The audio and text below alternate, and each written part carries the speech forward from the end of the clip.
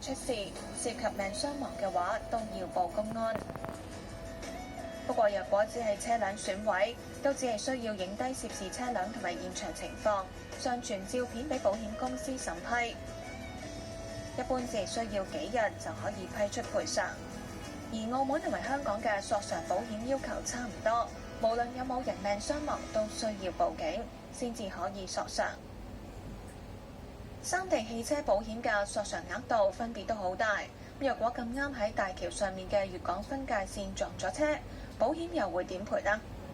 我都曾經透過呢個問題咧，去問過保險嗰邊，即係國內保險公司嘅。國內保險公司嘅答案，佢都話可唔可以咧，就係話睇當時個車頭向邊邊多與少而賠償啦。咁究竟係咪咁呢？我哋就問過保險業聯會。保險個原則就係話，由邊一方去處理呢一個嘅意外事故咧，我哋就應該係各方嘅保單責任去保障咯。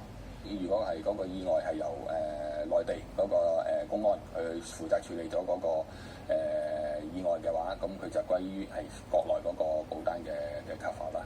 咁如果係由香港嘅警方係去處理咗呢個交通嘅意外咧，咁佢個保險咧就屬於香港呢一方面嘅保障。